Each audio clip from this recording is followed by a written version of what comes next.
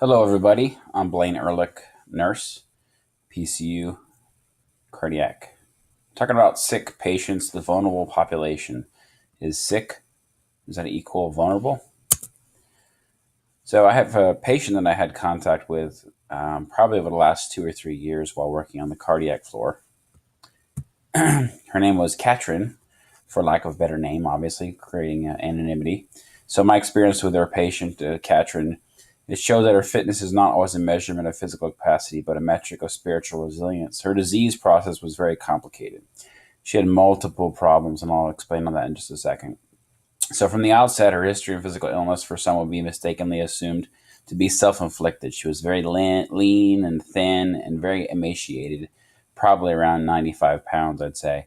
And she was related to her husband, who was a fitness guy. And I figured that perhaps maybe this fitness pursuit had caused some self-inflicted damages. So my perspective had to change while caring for her. So her disease process was known as a trifecta: EDS, HT, MCAS, and POTS. So EDS is Ehlers-Danlos, which has to do with skin and bones and blood vessels. Both are very weak and fragile, frequency of breaking bones, joint weakness, joint disability, things like that. So by default, just from that first one alone, she was a vulnerable population, categorized as vulnerable.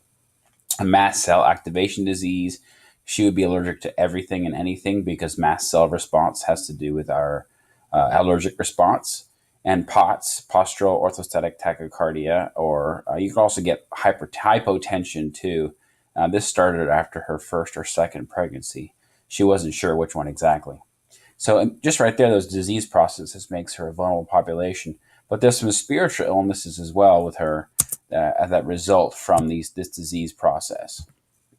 So Katrin's area of vulnerability, of course, were emotional labile. She was very physical disability, but also an emotional disability. She had fragile support. Her husband wasn't always the best because he was emotionally engaged as well. Her failure to thrive was at times.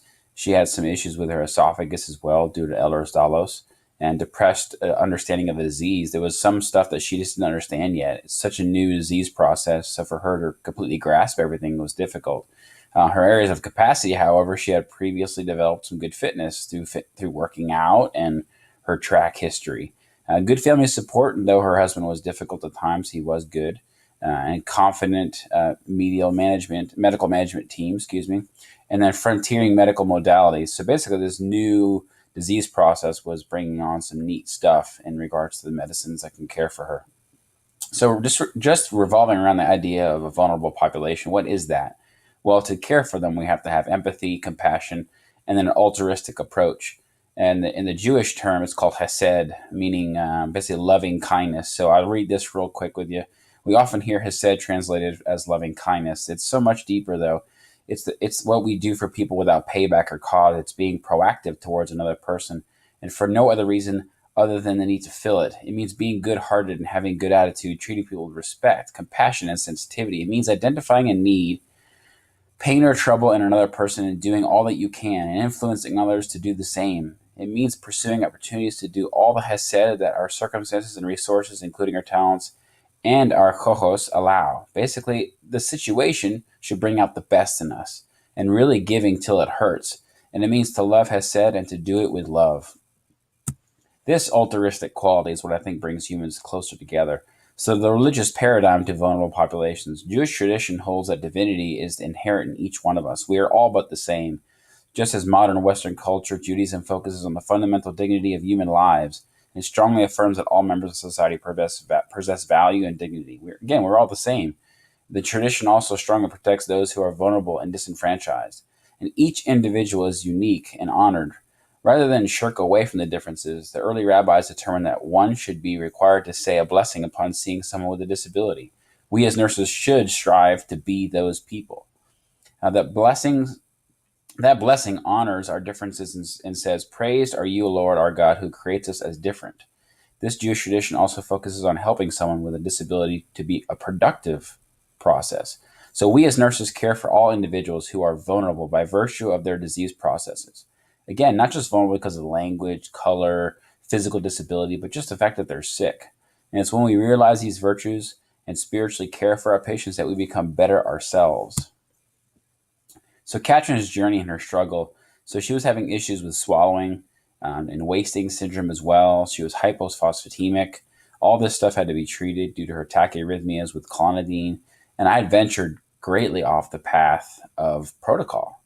It made me a better nurse because I wasn't really practicing nursing in the sense of by the book. Katherine's fear of when the next shoe should fall as well made it very hard for her, when her disease would take her life. And basically, her acquiescence to this process created a vulnerability. She basically gave up. And if you look at that picture down there, what do we do in society? We just take pictures of these people. We don't really care for them. And that's the sad part.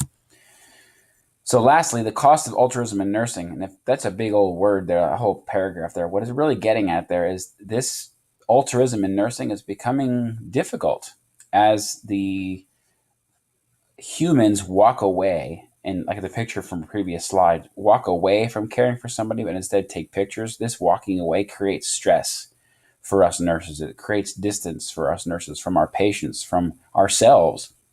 Look at that note there I put there. It said, are not all patients part of a vulnerable population, at least within at least one single moment in their disease? And should we not always seek to become the nurse they need and the nurse we deserve to be, or at least eventually become?